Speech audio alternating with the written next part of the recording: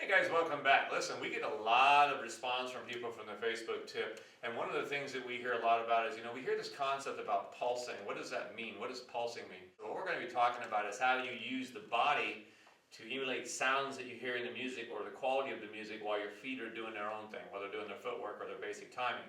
So pulsing for the guys, this is for my interpretation of the pulsing. For me, it's something I do for my rib cage. When I take a step and then I add a little pulse in the rib cage, I take a step and pulse the rib cage. So 1, 2, 3, 4, and sometimes it happens right on the beat when I'm taking this step. For an example, like an underarm pass on beat 4. Maybe there's a nice little tick on the 4th beat. I do the 1, 2, 3, and 4.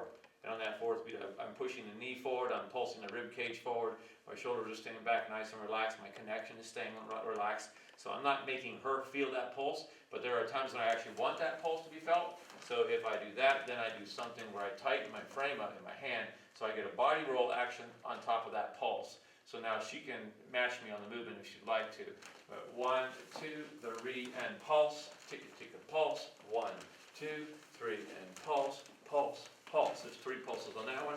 3 and 4, 5 and 6. 1, 2, 3, and 4, 5, 6. These are all body action moves. Lots of moving around, but I'm really trying to focus the energy towards my rib cage, not so much that my shoulders are down to my legs, even though you see that moving. So a little bit more from there.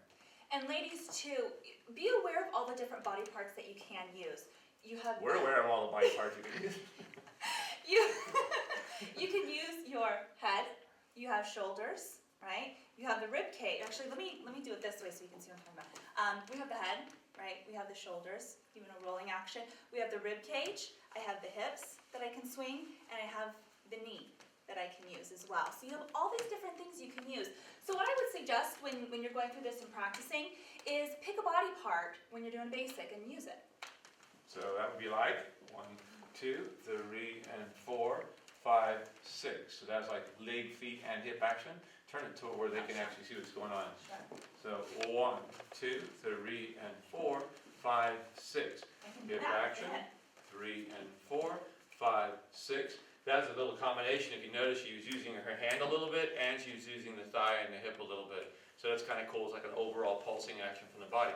Now that's establishing, like I said, sounds that you might hear in the music. If you just throw that anywhere just for the sake of throwing it in, it's going to look a little odd. A little spastic. Yeah, a little bit weird. We don't go for weird too well. So really listen to your music and try to find a nice pulsy beat. You'll find it a lot in the contemporary music. The bluesy music is a little softer feeling. It's got more of a swingy action to it. Although there is some pretty funky blues out there, so that's pretty cool to dance to as well.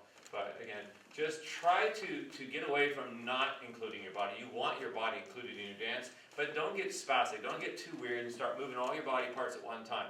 If your partner starts looking at you like, that's probably not a good thing then. You probably ought to back off a little bit, But if they're kind of like smiling at you and getting into it, you're doing okay. So pulsing action, pulse, pulse, 1 and 2, 3 and 4, pulse, pulse, 1, 2. It doesn't matter what pattern we lead. The pulses are typically done when you're in the open position where it won't affect the part. You're pulsing through the body. That was our tip for the week.